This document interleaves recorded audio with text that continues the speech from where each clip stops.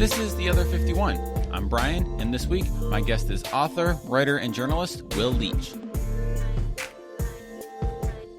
My guest this week is a writer, a journalist, an author, and somebody who is with us for the first time since the very opening days of this podcast, Will Leitch. Welcome back to The Other 51. Please, I'm honored. Thanks for having me. How's your pandemic going? It is, pandemic-y as things go. Better though. I feel like it's getting slightly less pandemic-y. It's not over to Right. search the imagination, but it is less pandemic-y. Right, absolutely. I'm fully vaccinated. My wife is fully vaccinated, and we're lucky. Monday is my 2-week day. Monday's my very 2-week day. nice, Yep. very nice. Congratulations on that. So we all had these big plans of what we were going to do when we were first fully vaccinated and could go out. So yours 2 weeks is coming up. What's your big plan? You know, it's funny because I feel like I've spent the last year of my life doing this, right? Like, oh, what am I gonna do on the first day? I'm just gonna hug everyone in sight. I'm gonna go, eat at a buffet in a poorly ventilated, dimly lit area. I say I'm gonna do all those things, and it's it's life, right? I have like a ton of stuff to do that day, and Tuesday morning I have a meeting, so I can't stay out late on that Monday. Like, there's all sorts of like life keeps getting in the way. I think what it really does, I think we all had this like vision or fantasy that there would just be this mad orgy that would happen just once like everyone was vaccinated. Fortunately, I'm a bit old for that, A. But B, it doesn't. I think it's actually what's going to happen is almost something better, which is I think like a lot of people, I'm starting to make plans for the summer. Like, I'm starting to be like, okay, we can go on this trip. We're going to go to this game. This movie's coming out and I'm going to get to see it. I can travel to see friends in New York. One of the first things I'm doing, I'm hoping we'll talk about my book, but I sold my book during the pandemic. So I literally have not met my editor yet. We have been talking like he is so sick of me and everything I've had to yammer him, but I've just literally not met him yet. So like, that's one of the first things I'm doing is I'm going to New York and to meet my editor and see some of my old friends. So to me, that's what it's about. I think that getting music shows, I think I think that will be the sign for me when I can start like, okay, now I'm doing the indulgent things that I wanted to be doing throughout this. But I think that's the unofficial start of that. But for now, I'm just I'm living. I feel like my big plans are to live life the way I was living it before, but with less of a governor on it. Right. I think for us, for live music and live theater coming back is going to be our big thing. I had tickets to that Dylan Broadway show, that one that was going to be, there was an awesome. Yeah. I had totally had tickets to go, and then they canceled. They're still sitting here sadly. I don't think that show's ever coming back. No, I don't think so. I think that it's just the end of it. It's a shame. So what has this year been like for you as a writer and somebody who covers sports and writes about sports and life and culture, and kind of having to do that, during a pandemic? What's this whole year been like for you? Yeah, I remember in the early days of the pandemic, there seemed to be this major crisis of sports journalism, right? The idea that like, if there's no sports, then what are we going to do? And my general attitude at the time was like, listen, this is the biggest story that any of us are ever going to live through. If I, as a sports writer or a writer or observer of anything, cannot come up with like an infinite number of story ideas right now, I am in the wrong business. That was my kind of general thought process on it. I was very fortunate, certainly for the first month and a half or so, I was probably busier than I'd ever been because, I think kind of my strike zone sports writing wise is writing about sports to non-sports audiences. I feel like that is probably my strength. It's kind of the place I like to come from because listen, I can read The Athletic. I understand all the stories. I follow sports really, really closely, but I've always kind of wanted to be a little careful. For me, the fun of sports is that it is a place to invest yourself fully and all-encompassingly, and then you can walk away from it when it's over and it's not a big deal, and y'all can move on with your life. And so because of that, I've always tried to be careful of not letting sports kind of take over too much of my life. And so I think that helps sometimes. I feel like I can what's the political term? I can talk about sports with normies. Right. And so like in the early days of the pandemic, I was able to write for the kind of like what all this means for the sports world, for the Times, who obviously the Times had a lot of other bigger stories to cover in the pandemic than sports. But then when they hit the, oh yeah, how's this affecting everything else? I feel like that's kind of where I can come in for places like there and the Times, and I wrote a piece for the Washington Post around that time, and I was really kind of lucky to be able to do it. And it's also fun for I write for MLB regularly, and it was fun to do the let's look back at 1981, and I just kind of like get nostalgic a little bit, and also one of the things I like writing about baseball nostalgia is everybody thought baseball was terrible back then too. So really? People are always complaining about baseball. To me, this is one of the great things about baseball is, baseball will never be what it was when you were 15 or right. so. Therefore it's terrible. I guarantee you that like, if they change the game and make it a strikeout, if they make it a stolen base 80s sort of game, the way people always complain like they want it to be now, in 20 years, it's become that. In 20 years, all the kids now are like, man, back when I was young, it was just homers and walks and strikeouts. What's with this game now? And I think that's right. I think one of the things that's truly wonderful about baseball is that it constantly disappoints you because you love it so much. Like, I don't feel like people are constantly getting disappointed by the NFL. They might like love to whack the NFL with like a pinata every once in a while, and it usually deserves it.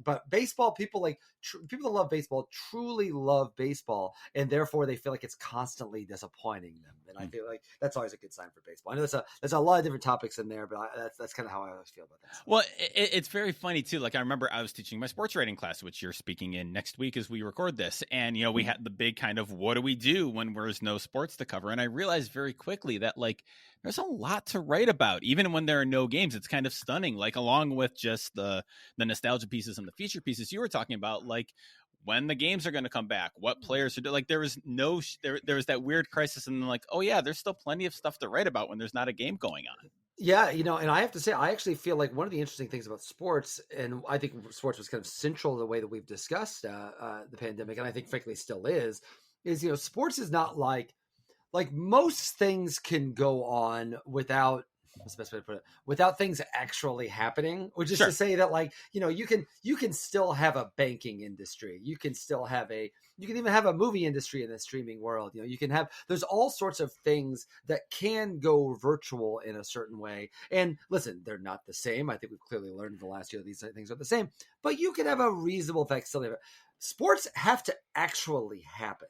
And so one of the things I thought that's been really interesting about sports is sports, I almost instinctively, I think I always kind of hate it when people be like, well, sports is just trying to come back for the money, which of course is partly true, obviously, because, that's just the way the world works. I always find it very strange to be like, wow, if it weren't for the money, they wouldn't be playing. That is true. If it weren't for the money, almost nothing would be happening. I would not be teaching if it weren't for the money. Like, it's money. Like, listen, I feel pride. I've not chosen a career in a life where money is my primary driver of the things I'm trying to do. But I also would like my family to be able to eat and understand that money is actually something that does matter in this world. And there's this weird kind of denialism about that I always find kind of strange. But anyway, the point is that like sports have to happen. Sports can't shut down for a year for a billion reasons. And so what was interesting was sports was the first thing to start to push the envelope a little bit on coming back. And I wrote this piece for New York Magazine around April. I think it was around May of last year. I think you can make a strong argument that the primary reason that the NBA bubble and everything sports pushed to come back last year was Brian Kemp. And I live in Georgia. You're not going to find someone praising Brian Kemp to any stretch of the imagination. But what actually happened was, remember famously, Georgia and Kemp were the first place to push haircut places to open and bowling alleys, and they were heavily mocked for all this, including by Trump, by the way. Though I think he might have just gotten confused. But anyway, so like it was widely mocked on. But one of the things he opened were gyms, and so the Atlanta Hawks, seeing that, went to the Commissioner Adam Silver and said, listen, we're not ready to go back. No one's trying to push for anybody to play. But like, listen, if gyms are open, our players are going to go to them. And I think it's going to put them in more danger. If gyms are open in the state of Georgia, can you allow us to open up our facilities to at least have a way where if the players are going to train, let them do it here? And that was the first crack. That was literally the first crack for sports starting to come back. After that, you started to hear like, okay, now the Rockets and the Mavericks are, because Texas is a little looser, is talking about doing that. And then it became Florida going in that direction, and which led to the bubble, which led to everything happening. So, I think that there's an argument to be made that in 25 years or 50 years, they're going to look back at this time and be like, wow, it's really freaking insane that they played sports during this. Like Right. it's not off the table that that's the way that future generations are going to look back at this. But I think it is also very natural for sports to always try to come back and to push the envelope faster, because they actually have schedules.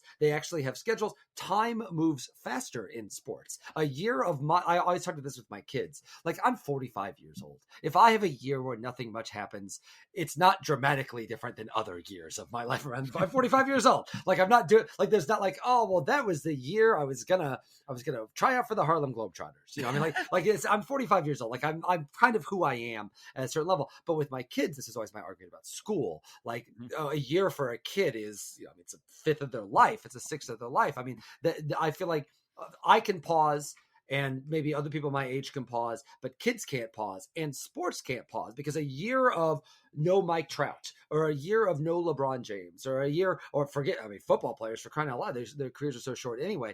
The idea that there would not be this pressing urgency for sports to try to get back as quickly as possible, that was always going to happen. So I always felt I found it weirdly kind of disingenuous and almost like ignorant of the situation on the ground when you hear people say, like, how could sports be doing this? This is insane. Listen, maybe it was responsible and maybe it wasn't, but like, there was no way that they were going to sit this out for like a whole year or so. And I think that we'll see how it all turns out. I do not think outside of the initial Atlanta game at the beginning of the pandemic, there have been a lot of super spreader events involving sports. So but we'll see. This is still a relatively young disease, but I do find it fascinating how sports was integral. I mean, look, the Indianapolis 500 is going to have 125,000 people at that thing. Sports is always going to push the envelope. It's always going to be the first thing to do. And so I'm fascinated as we kind of go into this reopening back to whatever our new normal is phase. I think sports will be at the forefront of that, because they've kind of been at the forefront of it from the beginning. So the big news coming out of the pandemic is you have a novel coming out. I mean, there's other bigger news probably, but for our purposes, this is breaking. This is top of the line. No sports news. I don't know why I wasted all that time talking about sports news. I think it matters with my novel. So congratulations, by the way. As I was saying before we recorded, I pre-ordered it just now. I was totally meaning to and just forgot until I literally dialed. It's not out yet. Like, it's not like, oh, well, you're late. Like, it's literally not out yet. Like, I if you're doing it early, you've already won. So what is? I'm curious. So the book comes out. It's How Lucky. Book comes out May 11th. You can pre-order it wherever one pre-orders books. So what's this time like for you? This kind of weeks and months, and you've been writing about this in your newsletter, which is amazing, by the way. And so what's this time like for you as you kind of like waiting for this book to enter the world?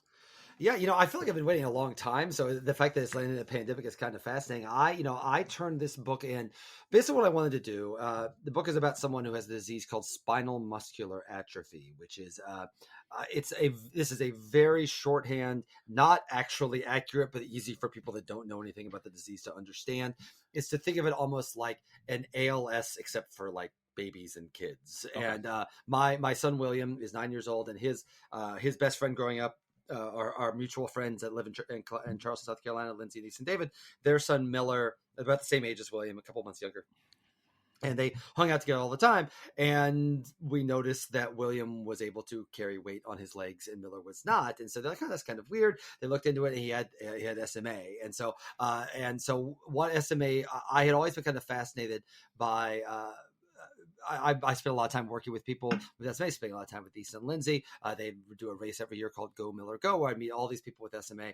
And it was remarkable to me. The initial idea was to kind of get, it was very frustrating to me. I would talk to people at these events, and just the way that people would talk to people with SMA, they were as if like there was something wrong with them mentally as much as physically, because it's a devastating disease. I mean, and so I found that frustrating. I wanted to kind of like, I found it fast what it must feel like to be that constantly kind of frustrated, and how you would react to that as a person, and how you would react to it to the world. And I also kind of want to combine that with another thing I've been thinking about, which is writing about the history of the internet, which is to say that I've been online for a long time, but the internet is very bad now. But it wasn't always, and it doesn't have to be. And I remember the early days of when I first got online, just this sense of discovery, and this sense of not feeling alone and finding other people that were like me, which I think the web can still do at its best, but there's just so much other junk that kind of goes around it. So I had all these kind of ideas swirling around, and then I decided to put in the framework of a thriller, because I wanted to almost trick them into reading about the things I actually cared about, and found a good story based off actually something that had happened at the University of Illinois about 7 8 years ago, and kind of put that all into a stew and just sat down and just wrote it over the span of about 9 months. And then I met my agent, David Gernert, I love. My favorite thing about David Gernert, he's my agent. He has his own agency, so with a lot of his own clients, but he has 8 clients. John Grisham and 7 people who are not John Grisham. And I am one of the 7 people that is not John Grisham. And so again, he has his own client, he has his own agency with a lot of clients, but for him personally, I'm one of his like, one of his cute little like, here kid. Oh, let's see if you got a book in here. So I told him I wanted to meet him for dinner, and I literally just like, because I wanted to pretend like I was in Wonderboys, I guess, I printed out a copy of it and physically handed it to him. And he's like, wow, I didn't even know you were working on this. I said, no, I just see what you can do with it. See what you can do with it. He's like, thanks, but now I got to carry this thing around everywhere. I was like, don't worry. I have a copy of Microsoft Word. I'll just send it to you tonight. I just wanted to have my dramatic moment. And so he read it, and he said, I think we can do something with this. And, and for me, I just wanted to see it published. I love writing about sports. I love writing about movies. I love writing about politics. I love writing about all these things. But, this was a story I wanted to tell, and I felt like I really understood Daniel, who is the main character, and I really kind of I was very moved by him and wanted to kind of tell his story correctly. And so I was okay if it was just published by the University of Boise Press, and 20 people got it, and if it had an Amazon page number, I'd be happy. But I was very lucky. An editor named Noah Eaker at Harper was very excited about it, and we've been very fortunate. There's been some very nice notices for it early on. I'm still enough of a there's still a little part of me that feels like the book world is full of really, really smart, fancy people who are going to any minute turn around and point at me and invade Donald Sutherland in Invasion of the Body Snatchers-esque, go, oh, like that, and realize I'm not one of them and expunge me. And they won't be wrong. But I feel I'm very happy with the book. It's kind of the purest expression of kind of what I feel about the world, and I think what it can be. And I hope people like it. So you didn't. Thankfully, you didn't have the Wonderboys moment where you put the manuscript on top of the car and it blows away and it all just disappears. That's like a plot point. That's like a plot that happens in Woody Allen's Husbands and Wives too, and it's a plot point from movies up to 2006, and then you just couldn't have that plot point anymore. So it's amazing how many movies, because now it's just like, well, obviously you have a copy. You physically would have not been able to print it out if you didn't have a copy. So that's a whole plot line that's been lost from all those stories. So speaking of the some of the advance notices you're getting, what was the moment like when you found out that Stephen King blurbed it? Yeah, it was funny. He didn't even actually blurb it, because we had sent it out for blurbs.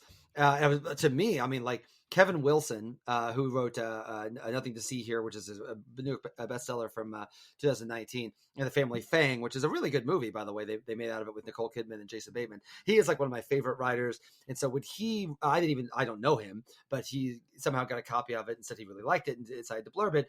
And then Richard freaking Russo, Richard Russo, the Pulitzer Prize winning novelist. I have no idea how he got it. I mean, that's another thing. I don't really know a lot of novelists, so I don't know how. I know a few. I'm friends with Jamie Attenberg, who's a wonderful writer, and I certainly know a few, but obviously I know a lot more people in sports than I do in the world of novels, and so I have no idea how they even got it. And Richard Russo wrote this really lovely book.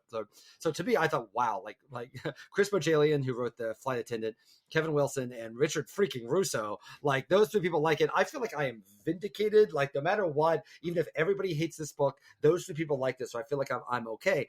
And so those were our 3 major blurbs, and which I think are pretty solid batch, to say the least. And then my editor Noah emailed me about 3 weeks, about 3 or 4 weeks ago. No, it was about a month ago, about a month and a half ago. Said, well, he forwarded. He said, okay, this is what I would like to classify as a good email, and he had an email from Stephen King saying, hey, this How Lucky book you sent me is great. And, like, I'm only halfway through it. If it doesn't go to shit, that's an actual quote, by the way. If it doesn't go to shit, I'd love to help you out with it. And apparently he did not go to shit.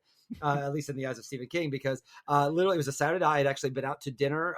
There's a great place called the National here in Athens that has a wonderful outdoor setup. I've been out to dinner with my wife. We had a very nice night, and I had a couple glasses of wine. It's been a nice night. We come home and we're settling in.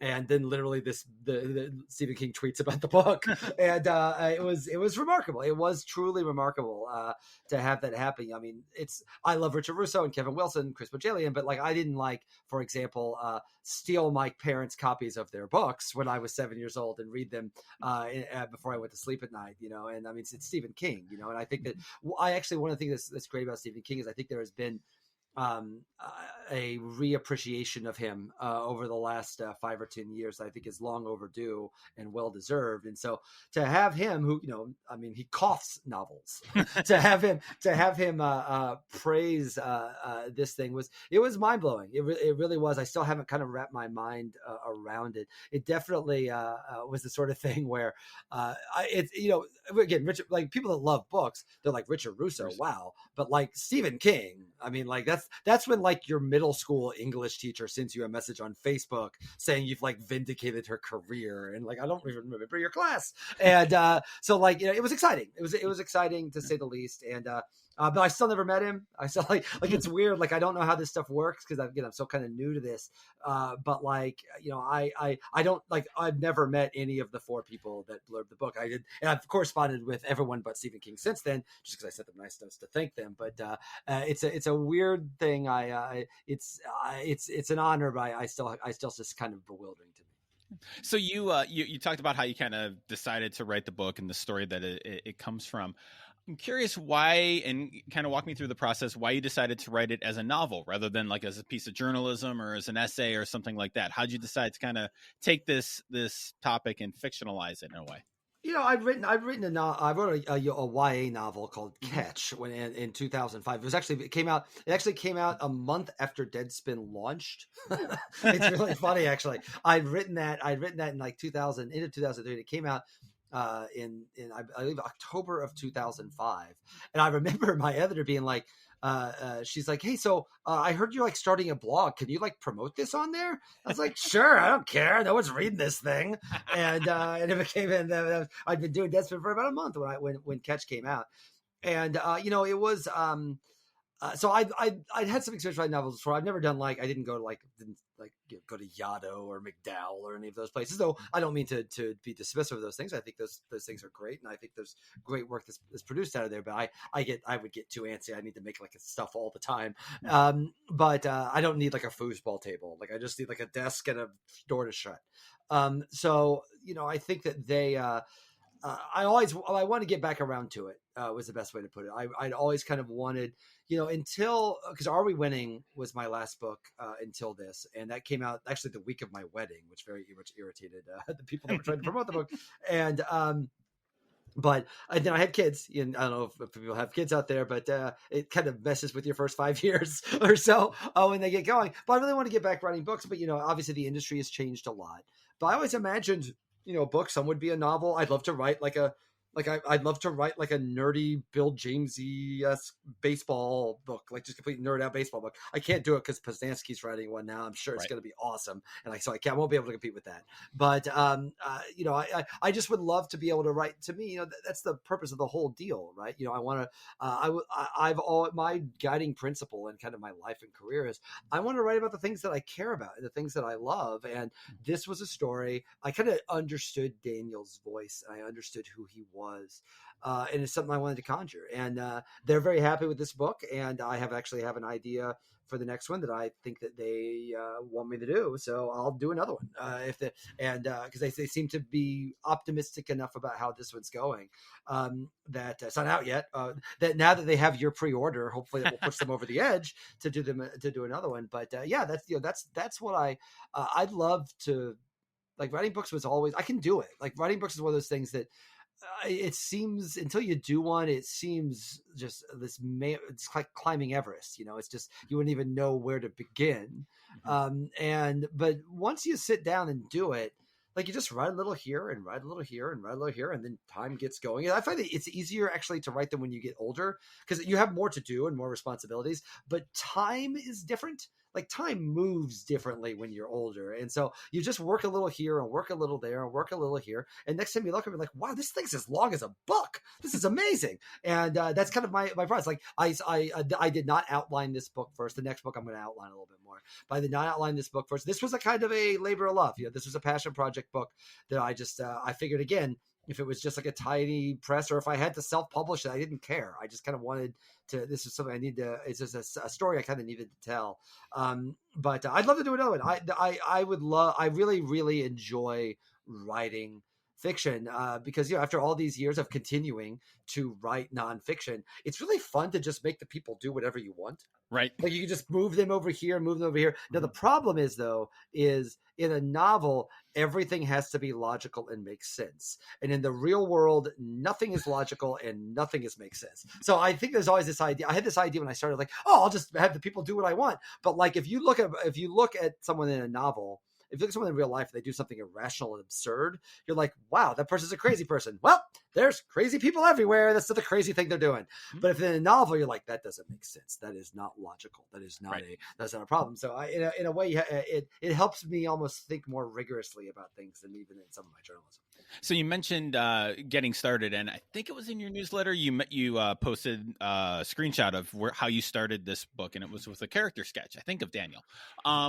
That seems like an interesting, having never written a novel before. Why did you decide to start there instead of like with the story? Like why the character starting from there? Because I knew who he was. Daniel was someone I'd thought about for a while. To me, I knew. And, I think I'm curious what people's reactions to it will be, because it's weird. I find this fairly interesting, again, as someone that's like kind of new to this, certainly new to this, like this is my first adult novel. And it's been very confusing for the marketing people, by the way, because they keep wanting to say debut. They keep wanting to say debut author. But I mean, It's my fifth book, so you can't say that. It's like, okay, it's his novel debut, except there was a fiction book, but it was YA. So you end up having these weird constructions that are like, it's his adult novel debut, as if I'm writing porn or something. And so it's very funny because it's, I mean, like, to hear debut novel gets people excited. Like that's like that makes you feel like there's like a fresh new voice or so on. And so it's funny to watch them kind of market it. But anyway, so the point is that, like, I didn't imagine there's all these different genres, and like thriller is like a big genre. It's like just like romance, and I don't think of books that way, and in the same way I frankly don't think of movies that way. And so it was weird to see that there is a thriller aspect to this movie. There's a suspenseful story. There are mysteries. There are things that are in there, but it's not like I thought that. I'm not Agatha Christie. I am not Stephen King. For me, I wanted to tell Daniel's story and the people around Daniel's story. I had that first, and then to be like, okay, now I have to find something for them to do. Like, I need them to do something. They cannot just sit there and be like, and just be. And so that was one of the things that inspired me, was this story that happened at the University of Illinois a few years ago, where a woman was abducted. A woman was abducted at the University of Illinois, and it was a very sad story. But I found the whole thing kind of like the way it played out. This, obviously, I know Champaign very well, so I was kind of fascinated to I wanted to kind of tie it to that, and then the story, then everything. That's when the fiction comes in. When I have the idea of what it's going to be, and I have a general rough story outline, then you put them together, and then everything just mixes and matches, and it all becomes this stew of ideas and things. Unfortunately, I had a really good editor to kind of like streamline it and clean up a lot of stuff. And as you know, as we learn every single time you see a writer that you admire on Twitter, editors are great. Editors are awesome, and editors are the best. I married my editor, so yes, I know exactly why. Yeah, that's like I'd be very afraid. I'd be wary. I'd be marrying that's like marrying your therapist, isn't it? That's like marrying. Yeah, like I feel like that's I guess I to me it is funny though because like I did the acknowledgments page for my book, and it's funny. My editor was like, "Wow, you literally put a whole paragraph thanking your editors at the various publications that you write for." And I'm like, "Yes, make your editors happy." Like I was talking to Tim Grierson, who I do the movie podcast with, and we were just talking about how, and also like my best friend since middle school, and we were talking about how basically who do we write for? And I have the idea of like an imaginary audience, but in the short term, I'm just like trying to give my editor what they want. I just want to make them happy, and if I do that, then I've discovered in my career, if you make your editors happy consistently, they give you more freedom to do more things that are a little weirder and more personal, and I feel like that strategy has generally been successful for me. So you kind of mentioned it a little bit, how you kind of wrote a little bit here and wrote a little bit there, but like you write like 1 billion words a week for like 87 different publications. Maybe not that much, but you're very prolific on a weekly basis. And I'm just wondering how I know you're incredibly organized and disciplined, and we've talked about that before. How do you fit a novel into that? And maybe what advice do you have for young writers, new writers, students, me, to be more disciplined and kind of more organized in your work to be able to do stuff like this? For the book, it was fun because particularly when I really got into the nitty gritty of the book, I would do it. Not only would I do it I would siphon off. I would get all my other work done for the day, like whether it was the MLB piece or New York Magazine piece. There would be like that would be completed. And also not even to a point where an editor, like there's a lingering question that an editor might have. It had to be completed, and then I would leave my usual writing station. I love my little writing office in my home. I would physically leave it. I went to the Jittery Joe's coffee shop here in Athens, and I use the Freedom app. Everyone uses the Freedom app, but the Freedom app will shut down the internet to your computer. It will shut it down so you can write, and I would just go there, and then I could be in an entirely different headspace. I think it helped me write like someone who wasn't Will Leitch, if that makes sense. And but I feel like so much of not just writing but anything is tricking yourself out of not doing something is the best way to put it. And it can be stressful. Like I get it. I hear people say like, wow, I mean, it's really stressful I don't like having all this stress with all these deadlines. Yep, I know they're hard. It'd be much easier to do nothing. It would be much easier to do nothing. It would be so much easier. I think about this all the time. When I have like a big piece, I wrote this feature story about More Than a Vote, LeBron James voting rights organization for New York Magazine about a month and a half ago, and it was a huge piece. It's like a 5,000 word piece, and it required all these interviews and all of this research and all of this time. And I had all that done. And then I had to sit down and write it, and I was dreading it. And for the record, I love writing. I love writing, but I was absolutely dreading because it's natural when you have something huge like that. This comes back to the book idea, right? Like if you have something huge like that and that massive thing, if you just think of it like, wow, I have to finish this massive thing, it will paralyze you. And so it would be honestly, I guarantee you, I would have like been much more relaxed and less stressed if I would have played a video game in that time, or I would have gone for a walk. And those things I'm not saying you can't do those things. I do those things. Those things are all great. But like, it's weird when people are like, well, yeah, it's really hard to like, to do it because it's really stressful and hard. Yep, it is. It totally is. But that's what's worth it, right? That to me, that's what's worthwhile, is putting in that time to do it. And so, it requires tricking yourself. It's the best way to put it. It just requires tricking yourself into thinking that this thing that is stressful and difficult and not nearly going to pay you for the amount of time that you're putting into it, and puts yourself out there on the line in a way that people will criticize it or say that they don't like you, or maybe no one will buy it and maybe no one will like it. All of these doubts and fears that everybody has when they do everything. The trick is to trick yourself into thinking that those things are not true. And that's the only way I know to do it. And so, for me, but just in a practical sense, I would finish everything else first, and then I would go. It was fun. I had this joke with Matt Myers, who is my editor at MLB, where when we were getting close to I was getting close to finishing the book, and I famously, I have not taken a week off in like a week off, like a vacation or like a week off since 2014. and don't get me wrong, I'm going to try to do it this fall. I'm going to Spain this fall. It's one of my post-pandemic resolutions. But even when I've gone away, I've gone on trips, I just always work during them. I just always work them because I feel like I just don't feel right if I'm not doing something. I'm literally scratching my arm as I'm saying this to you. So like I feel like I've got to be doing something. But it was this grand joke I had with Matt. I was like, okay, the book's almost done. I'm gonna need. There's gonna be a week coming up here. I'm just gonna take the week off, and I'm not gonna work this week. And he's like, dude, you've got like 5 years of vacation stored up. Just let me know when you want to do it and do it. And then I just never did it. I just never did it. And so, you know, I think that I'm not saying you have to be like that. And I'm not saying that if a corporation you work for tries to make you do that, tell them to shove it. Like, I'm not saying that, but I am saying that, like, you know, the way that I work, I'm writing for me, and I'm writing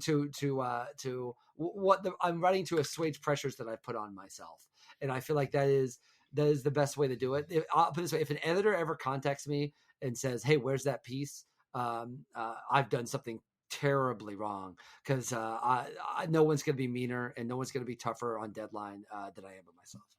So I always ask my guests this. So I'll ask you, what's the best thing you've read lately? I'm actually going back. It's funny. I've been going back and reading. Kevin Wilson's books, because he's hosting my launch reading, my launch event over Zoom, because bookstores are not yet open. Most are not yet open, so there is no tour, which on one hand is sad. Though the paperback comes out in March, so we'll be able to do it then. But on the other hand, you know, now everyone can go. We can all visit. Kevin Wilson is graciously co-hosting this event with me, and it's been a few years. I read Nothing to See when it came out, but it's been a few years since I've read all of them. I have to say, like, if you get a chance, just read Kevin Wilson's book. He is the funniest guy. He's absolutely funny, and like going back and reading those has been a reminder of, like, I'm pretending to be a novelist. Like, some people are actually novelists. I'm kind of pretending to be a novelist. But that has been a very satisfying thing to read. And I'm getting caught up in books. One of my dirty secrets as someone that wrote a novel and is going to write another one, I don't like, there are, like, to me, this is the amazing thing about Stephen King. The thing about, like, Stephen King picks up new books and by people he does not know, and just randomly starts reading them. Like, that is the sign of someone that deeply love books. Like, for me to get to a point where I'm reading a novel, it has to have been recommended by everyone, and then a lot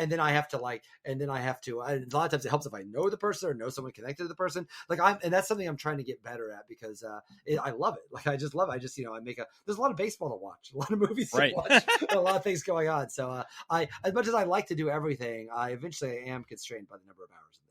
All right. So, okay, I'll put a link to Kevin Wilson's books in the show notes. I can recommend The Shakespeare Requirement by Julia Schumacher. Wickedly funny book. It's admittedly academic fiction, so it's like based in an English department of a college. So probably a niche audience that won't be as funny to some people as it is to me, but just wickedly done. So I can recommend that for a very quick, fun read. So that sounds great, actually. So, all right, the book is out May 11th. You can pre-order. Is it better to pre-order it anywhere specifically? Amazon, independent bookstore, your place in Athens? Does it matter? I mean, it matters to the world. You should support your local bookstore if you get the opportunity. But it's weird. I think there's this sense. Listen, I'm aware of Amazon's issues in the world. They're not a good place. They're taking things over. I understand that. And I do my best at every opportunity to shop local, particularly when it comes to books, when I can. I also am not going to shame people for, like, it's hard to get people to buy books. Right. Like, the idea that you're going to go to someone and be like, oh, like, someone asked me if someone's ordered, if to tell people that if they pre-order the book on Amazon, for them to cancel it and order it through the local bookstore. I'm like, I can't believe I got you to do the first thing in the first place, let alone the second thing. So I understand, like, I get it. I think if in a vacuum, order it from your local bookstore and support them, who have been through a difficult time. But if you want to buy the book, I'm honored that you would grab it however you would. I'm not gonna scold you. Awesome. Well, this is looking forward to reading it. This has been great. Will, thanks again for joining me. Appreciate it. An honor, man. I have to say, this is a good practice to soiling the minds of your students. Yes, here pretty soon. This will be very fun. it's the warm up act for that. I appreciate that. Exactly. Hey, hopefully they'll sound. You didn't sound bored, but I bet they're going to. All right. Thanks a lot, Will. Thank you.